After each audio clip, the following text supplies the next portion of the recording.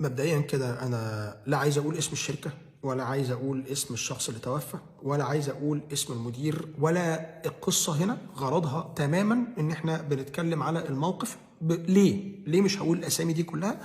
اولا انا ما عنديش يقين كامل بحيثيات الموضوع 1000%، فما اقدرش اتكلم فيه بتسميات. لعل ان انا ممكن اكون يا بشهر بحد موجود، ولا بشهر بشركه، ولا انا عايز اتكلم في دورنا احنا ايه ناحيه حاجه زي كده لما نشوفها بس قدامنا بتحصل فقط. بس اول حاجه، الناس اللي بتقول ازاي يعني حد يتعرض لضغط من مديره فيوصله ان هو ينتحر. طيب ده شخص هنا خلاص كان عليه مديونيات وعليه اقساط شهريه وعايش على قده، واكيد ما لقاش شغل في حته تانية في ضغط اقل بنفس المرتب عشان يقدر يسد مديونياته ويدفع اقساط اللي عليه وياكل ويشرب عياله. لو حضرتك ما انتش في نفس الموقف ده بالظبط، يبقى بعد اذنك ما تحكمش لان الانسان ده مات. يعني ما يقدرش حتى يدافع عن نفسه، فما تحكمش تقول اصل مش ممكن حد تعبان من مديره يوصل للانتحار. انا اسف، زي بالظبط كده ما ينفعش واحد راجل يحكم على وجع الست بتاع الولاده. ما ينفعش، مش مجرد ان انا شفتها بتحزق بقول يا لا يعني انا اقدر استحمل الحزق ده. لا اما ابقى اولد، ما ربنا يكرمني واولد، ابقى اقدر ساعتها اقول ان شاء الله ما بخلف اول طفل هشوف انزله من فين بقى. ساعتها اقدر اقول ان انا فعلا وجع الولاده ده سهل لو خفيت انا من الولاده من الحته الجديده اللي هينزل منها الطفل. خلاص، فبلاش حكم على الناس وانت مش في نفس الوضع خالص. ارجوك او ارجوكي او ابوس رجلكم، الراجل مات. تاني حاجه، احنا لينا دور كل واحد فينا لو شايف حد بيتعرض لحاجه زي كده انه ياخده من ايده او ياخدها من ايديها ويقول له لازم تروح الموارد البشريه. الحاجات دي عاده بتحصل في شركات فيها موارد بشريه، لازم الاتش ار لازم ياخد الناس ويروح بيها للاتش ار، لان الشخص ده او البنت دي او الولد ده بيكون في وضع ده يعني اكيد في قمه الضعف، انه يعني متخيل انه مش من حقه يطلع صوته.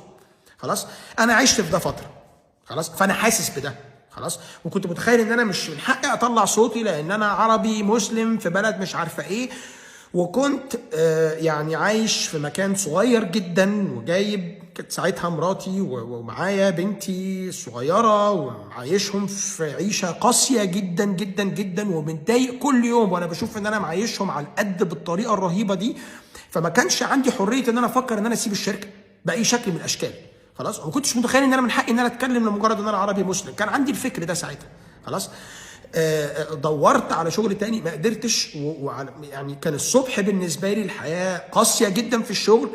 بروح البيت بشوف العيشه اللي انا عايش فيها،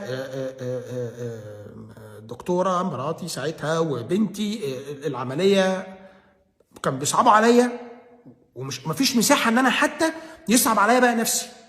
حاسس ان انا مقصر ناحيه عيلتي ومقصر في الشغل الصبح. ضغط طول ما انت صاحي، تقول بالنوم هيروح، ما انت ما بتعرفش تنام.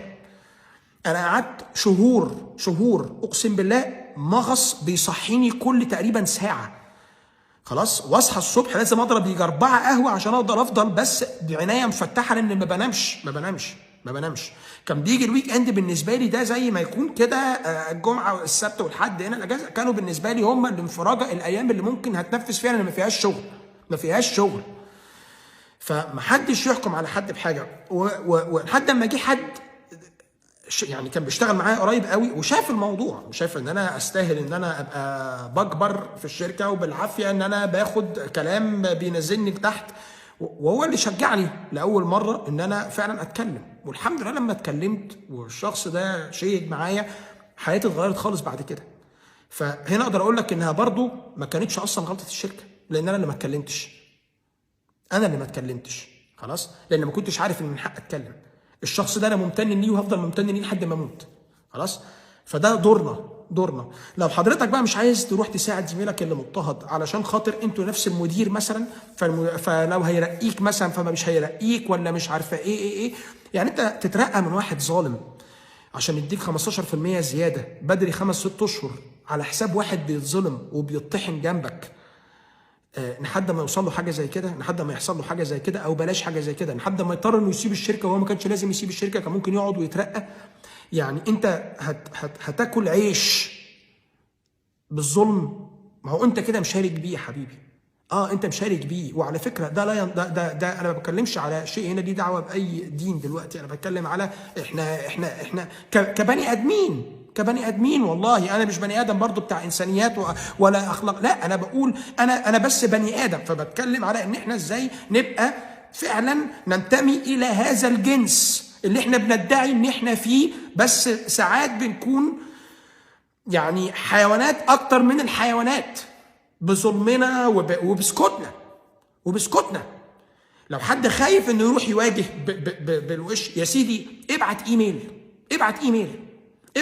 يا سيدي، من ايميل بره الشركه حتى للموارد البشريه، قول انا في التيم الفلاني في الفريق الفلاني، وانا شايف ان زميلي الفلاني بيتعرض الى اضطهاد بسبب 1 2 3 4 5 10. يعني اعملوا حاجه زي كده، الناس ما تسكتش، لان انت مش عارف كل واحد ضغطه عامل ازاي. ساعدوا الناس علشان ربنا يبعت لكم حد يساعدكم في يوم من الايام. كل واحد فينا محتاج حد في وقت ما. انا لولا الشخص اللي وقف جنبي ده ساعتها، انا كان ممكن ابقى انسان معرفش، كان ممكن ابقى في الشارع دلوقتي. يعني تاني ارجوكم محدش يقول اسم الشركه، محدش يعرف حيثيات الموضوع، ولا حد يعرف اسم القصه بالظبط اللي ما بينهم ايه. بس انا بتكلم على تاني ادميتنا ايه ناحيه البني ادمين اللي موجودين، بس نحاول ننتمي، نبقى بني ادمين برضو جوه الشغل. والله لازم يبقى بني ادمين جوه الشغل. ممكن تبقى كومبيتيتيف، تحاول تكبر، تعمل، ممكن في مره تحاول تكبر اسرع من حد فتشتغل اكتر، كل حاجه ماشي، ممكن تعمل حاجات في حيثيات الشغل تمام، بس لازم تفضل بس بني ادم بس بني ادم. ما تنساش انك انت بني ادم، ومن حقك او واجبك انك لازم يبقى لو في بني ادم جنبك تتاكد انه هيفضل بني ادم، واللي حواليه بيحافظوا على ادميته. ده دورك كبني ادم بس، مش اقل من كده نهائي. بس شكرا.